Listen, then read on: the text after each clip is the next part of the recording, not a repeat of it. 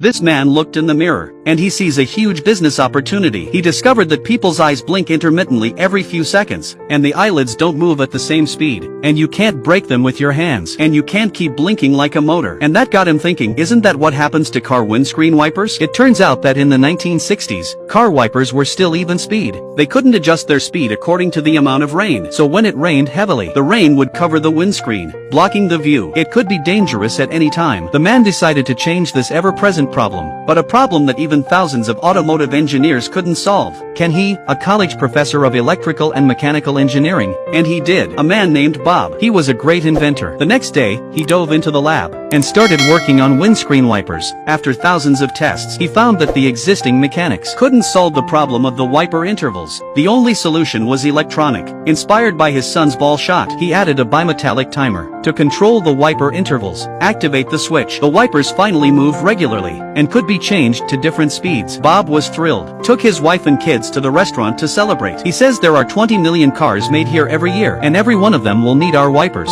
We're gonna be rich. Cheers. The next day, he demonstrated his invention to the capitalists and showed the capitalists the wipers he'd invented. Bob wanted to go into production right away, but the capitalist threw cold water on him. Invention is one thing, it's another thing to produce it. It takes experience and a lot of money. They needed to do a market study before making a decision. It didn't take long for the capitalists to find Bob. There was a big company interested in his wipers. They wanted him to come in and give a live demonstration. Bob's jaw dropped. If he could get in with this company, and then he could take over all the wiper market, it would be a piece of cake. But Bob was worried that a live demonstration would be discovered by other engineers and steal his technology. But his friends said, if you don't do it, how will they believe you? This is the world's first intermittent car wiper. The inventor is a college professor. You know, many companies have invested huge amounts of money and hundreds of engineers in this. After 2 years have not been solved. Many engineers were shocked to see the intermittent wipers in front of them, suspecting that Bob was doing it manually in the car. Bob out of the car, in front of the engineers. You see, it's automatic. These engineers were overwhelmed. They were interested in intermittent wipers. But before the next step of cooperation,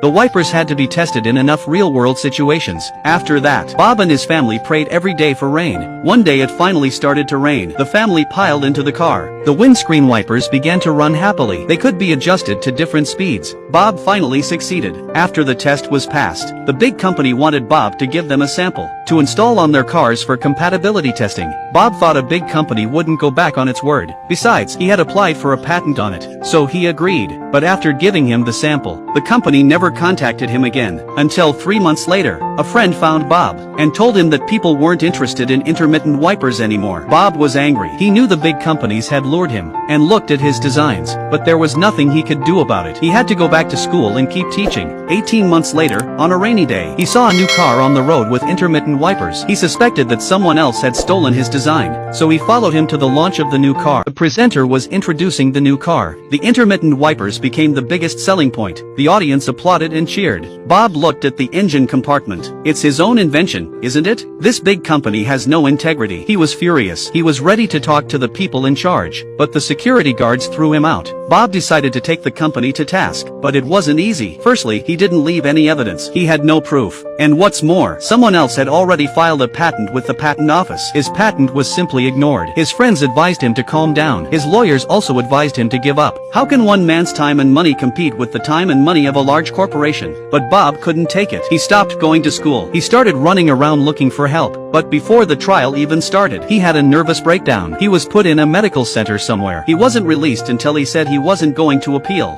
Bob came home, decided to live a quiet life with his family. And then one day, this big company came to him. They offered him $250,000 to settle, assuming he doesn't go through with it again. But Bob's bottom line was that they had to admit that he invented the intermittent wipers, and his wife convinced him to take the money. After all, money was the most important thing for the family right now. The wife threatened to separate, and the lawyers quit the case. Bob was caught between a rock and a hard place. But Bob didn't give up. He began to look up relevant cases and learned about the law. Until 4 years later, he finally got his chance to go to court. The big company sent someone over again. They raised the price to $1 million to settle the case. Bob just shut the door and refused.